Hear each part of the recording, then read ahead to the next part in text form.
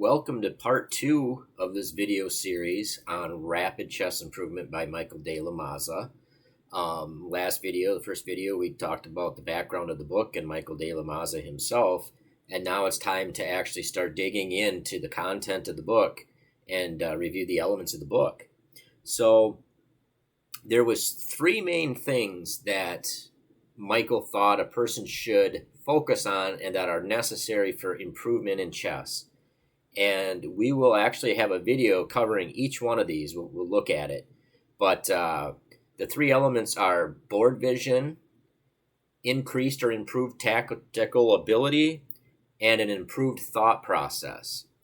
And so he gives a background on how he kind of arrived at this conclusion. And basically, he pointed out and he argued for the fact that skill is a lot more important than knowledge in chess at an amateur level, at a club player level, sub 2000 and probably sub master level. And so he expressed some frustration in the way that the existing chess instruction or materials that existed, he didn't think they were very ideal. And in particular, he felt like they all in one way or another stemmed from advice and instructional advice given by GMs. And he felt that grandmasters are not very well suited to instruct club players. And he discussed some reasons, but one of the main ones was just for the simple fact that, most GMs, they're well beyond expert level at a very young age.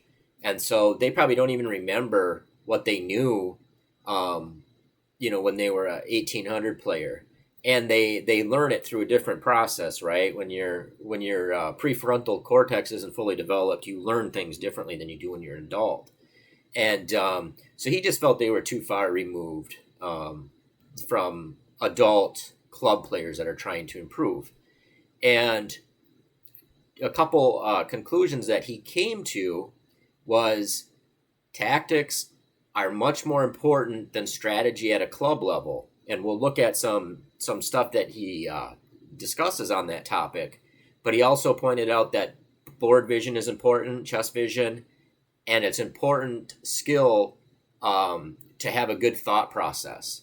And so we'll cover each of those three things in other videos, but I just wanted to touch on the underpinning of his three things that he felt like you really needed to work on and improve were based on his conclusion that it was much more important to be skilled than knowledgeable at the club level.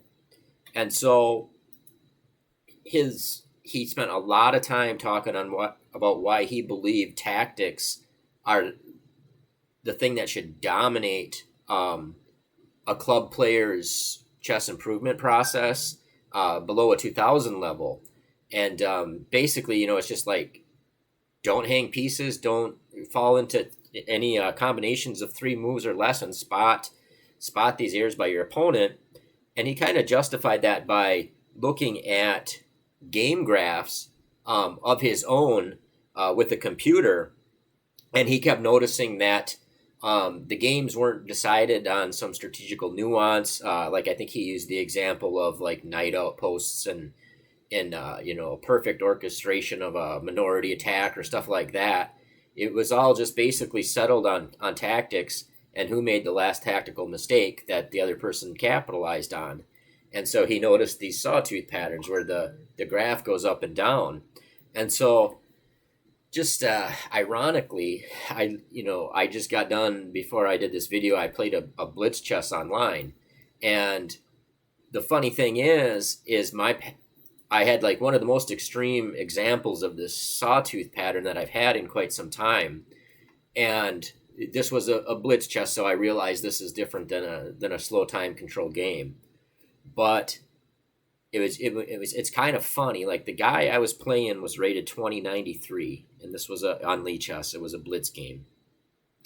And I had 8 blunders, 8 mistakes. He had 10 blunders and 3 mistakes.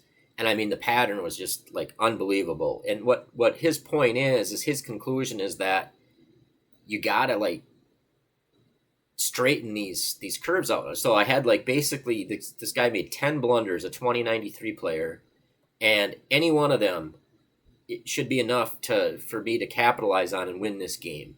So instead of worrying about all these strategical nuances, just win this game. Just capitalize on these errors, these tactical errors. Because if you look at some of these lines on this graph, these are not the result. All these big jumps are not the result of a strategical error. They're all tactical errors. And yeah, and what's funny is his approach is to get really good at tactics, and vision and thought process, and then his style is to like try to play positions where there's going to be a lot of tactics. And I actually employed that against this guy because you know how you play the game and you see like your game score down below. Well, I noticed that I had won like 2-to-1 ratio to this guy of games I've played against him before, and I remembered the guy tended to struggle in like really like complicated games, and so I actually tried to drive this game into just kind of like chaos and create like real strange positions, and that's part of the reason why this is such a extreme example of a graph. But the funny thing is I kind of used the same general strategy that he bases his improvement plan on, is to try to create tactical positions and just rely on the fact that your opponent is not going to play them optimally. And so I wanted to put this funny quote of his here in the book, in which he kind of attacks Silman, one of Silman's books. And so in this quote, he's referring to Jeremy Silman's Reassess Your Chess. And I think this was probably like the original one before they were computer checked. But he says, pick any analyzed position in Jeremy Silman's Reassess Your Chess. Set up the position on your favorite computer and play the side that is winning according to Silman. After a few moves, the computer will deviate from Silman's analysis. Feel free to check Silman's book or any other source for advice on what to do about the computer's new idea. You will quickly learn that the computer has busted Silman's plan and a new plan is required. So that's kind of his point, is that while people are trying to figure out all these strategical moves and learn all this strategical knowledge, if you can just play and capitalize on tactical errors from your opponent and not make them yourself at a sub 2000 level, you'll actually come out way ahead doing that. And there's just a couple other amusing quotes that he had in his book that kind of go along the same lines. One was, he was talking about Kotov's Think Like a Grandmaster book, I think. He says, show me a class player who can follow Kotov's thinking technique and achieve success, and I'll show you a master masquerading as a potser.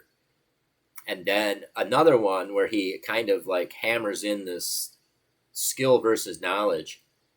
He says, for a class player to study openings, middle game strategy, and end games as a way of increasing chess ability as opposed to chess knowledge is the equivalent of fixing a car that does not have an engine by polishing its steering wheel. The car looks better, but it still doesn't go.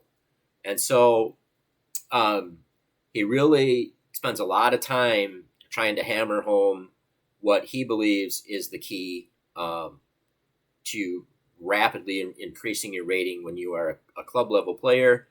And we'll go back and we'll look at each of those three elements, but he spends a long time on the element of tactics. And he lists a few bonuses he sees if you study tactics. One of his points is that just by studying these tactics, you'll gain positional understanding. And he gave an example of, there'd be two ways to learn about castling early and getting your king out of the center. One is just to be told, read it in a strategy book or, just a general chess concepts kind of thing. The other is to do some puzzles where you punish an opponent whose king is stranded in the middle. And his point is that you quickly understand the strategical idea once you do like 10 exercises where you punish a king that's been left in the middle of the board that should have castled.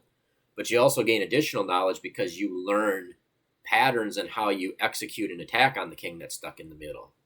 And another point that he made about focusing on tactics and really getting good at tactics is that you always have a coach available after you play the game. Another big element of his improvement process is playing a lot of games and analyzing them afterwards with the computer and looking for those things in the graph and learning what you did wrong or what your opponent did wrong that you didn't capitalize on. And so his point is well, if you just play your games, run it through a computer afterwards, on that tactical component of the game, you have free access to a super GM level instructor. And his point is that, well, if you didn't capitalize on a strategical, error by your opponent, or if you played strategically poor yourself, you're not going to have access to an instructor every time you play a game. But you do have access to an instructor on tactics, and that's a computer. So we'll move on in the book, but this was his general underpinning, the main idea being that he strongly believes that skills are more important than knowledge to get up to, a strong club player level. And I guess I've been trying to kind of reflect on this as I went through the book. And I guess I kind of agree on that because, that last game I played was kind of a very extreme example, but I looked back at the patterns on my games, and it's very rare that I have a game where there isn't at least a couple of mistakes by my opponent and I both. And so his point is well taken. And I think another point of it is if you're an adult player and you've kind of been stuck, below below 2000, you've probably gained quite a bit of strategical knowledge already. I mean, adults are kind of better at these kind of abstract ideas and thinking strategically as compared to kids. And so our strategical ability often far exceeds our tactical ability if you actually get right down to it and look to why you are losing those games. So far, like I think his points are valid. And then we'll start to look at the method he came up with to try to improve the skills of an adult learner. And we'll dig into that. So hope you find this interesting, and we'll see you in the next video.